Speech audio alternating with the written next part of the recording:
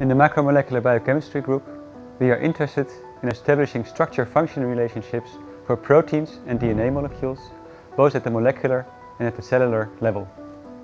This means that we combine many different disciplines, ranging from biochemistry, physical chemistry, synthetic chemistry, to molecular biology, molecular microbiology, genetics and cell biology.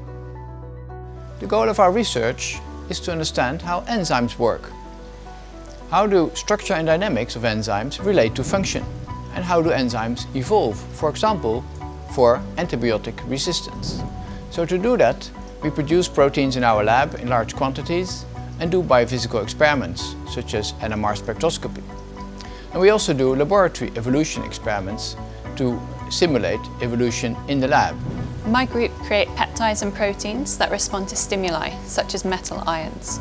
We're interested in understanding how these stimuli affect protein structure, and we also develop these proteins for applications such as sensors and enzymes.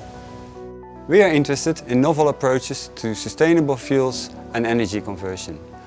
One of our aims is to create novel biohybrid systems where we combine semiconducting nanoparticles with biohybrids in new approaches for solar fuel production. The goal of the research in my group is to understand how genomic DNA is structurally organized and compacted inside cells, and to understand how this organization translates into gene activity. On a typical day in the lab, we clone genes, produce and purify peptides, proteins and DNA. We characterize the structures and dynamics of these molecules and of their complexes, both in the test tube and in the living cell.